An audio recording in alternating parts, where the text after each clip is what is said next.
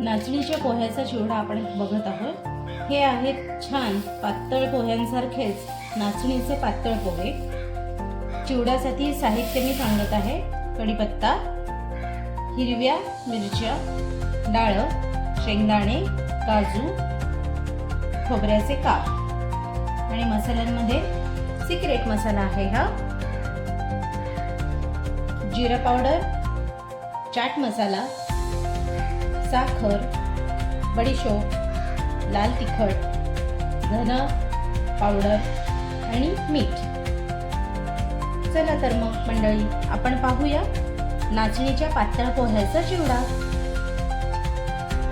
नाचणीचे पोहे साधारण गॅसवर 10 मिनिटं भाजून घ्यायचे आहेत, म्हणजे ते मस्त कुरकुरीत राहतात आणि चिवडाही बरेच दिवस टिकण्यास मदत होते। पोहे आपले छान परतून झालेले आहेत, पाहू शकता तुम्ही किती कुरकुरीत झाले आहेत। आपण याला दुसऱ्या बाउल मध्ये काढून घेऊया। पोहे भाजून झालेले आहेत। कढईमध्ये 3 ते 4 चमचे मी तेल घेत आहे।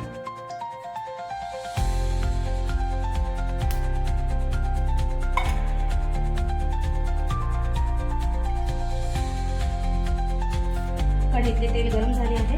आपण आता एक एक करून डाळ, दाणा, खोबऱ्याचे काप हे सर्व तळून घेऊया। सुरुवातीला मी दाणे भाजून घेत आहे।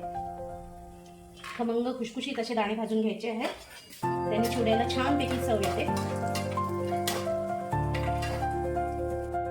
दाणे आपले भाजून झालेले आहेत, पाहू शकता किती छान कलर आलाय ना। भाजलेल्या पोह्यांवरच मी हे सर्व दाणे भाजून घेते। त्यानंतर आपण डाळ तळून घेऊया। आता आपण मंद आचेवर डाळ तळून घ्यायची आहे। खमंग खुशखुशीत डाळ तळून घ्यायची। कोणाकोणाला चिवड्यामध्ये डाळ आवडतं मला कमेंट करून नक्की सांगा। डाळ तळून झाल्यावर काजू पण तळून घ्यायचे आहेत।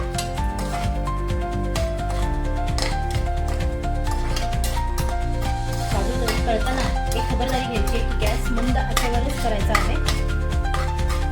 तेल आपलं तापलेलं आहे, त्यामुळे काजू पटकन तळले गेलेले आहेत। मस्त खुशखुशीत झालेत ना। काजू झाल्यावर खोबरंही आपण खमंग तळून घ्यायचं आहे। लहानपणी काय माहिती का, मला खोबरं खूप आवडायचं। चिवड्यातलं फक्त मी खोबरंच खायचं, मस्त लागतं, तुम्ही खाऊन बघा। मसाल्याला चव आणणारा हा सिक्रेट मसाला। आता हे सर्व जिन्नस आपण मिक्सरच्या भांड्यामध्ये घेऊन मिक्स पावडर करून घ्यायची आहे। चला तर मग अशा प्रकारे पावडर आपली तयार झालेली आहे। ही पावडर तुम्ही भडंग, पातळ चिवडा, कोणत्याही चिवड्याला ही पावडर तुम्ही करून घाला, बघा कशी छान टेस्ट येते ते। कढईमध्ये परत थोडेसे फोडणीसाठी मी तेल घेत आहे। आधीचे तेल आहे त्यामध्येच मी थोडेसे घालते, त्याच्यातच आपण फोडणी करून घेणार आहोत। आपली मिरची आणि कढीपत्ता मस्त कुरकुरीत झालेला आहे। त्यामध्ये आपण आता भाजलेले पोहे, तळलेले सर्व जिन्नस एकत्र करून घेऊन मिक्स करायचं आहे। फोडणीमध्ये सर्व पोहे आणि बाकीचे सर्व जिन्नस एकत्र करून घेतलेले आहे।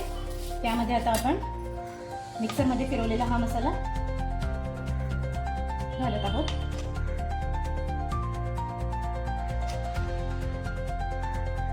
थोडं थोड्या प्रमाणात घालून टेस्ट बघून मग प्रमाण वाढवायचे। साधारण 2-2.5 चमचे हा मसाला लागतो। एकदा हा मसाला करून ठेवला की चिवडा करायला केव्हाही सोपे पडते। आता हे व्यवस्थित हलवून घेते। मी अजून 2 चमचे हा मसाला घालत आहे। साधारण सर्व मसाला लागणारच आहे।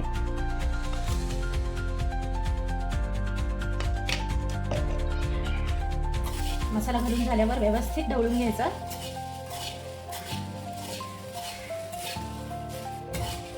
खूप छान लागतो हा चिवडा। जे लोक डाएट करत आहेत त्यांच्यासाठी खूप छान आहे. नाचणीचे तेच पदार्थ खाण्यापेक्षा हा नाचणीच्या पोह्याचा चिवडा एकदा करून बघा आणि खाऊन बघा. खूप सोपा आणि पौष्टिक.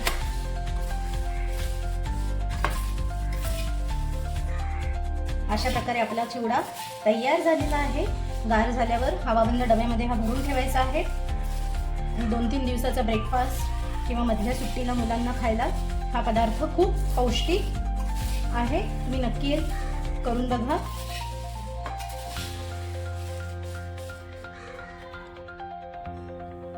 चिवडा आपला तयार आहे. तुम्ही ट्राय नक्की करून बघा.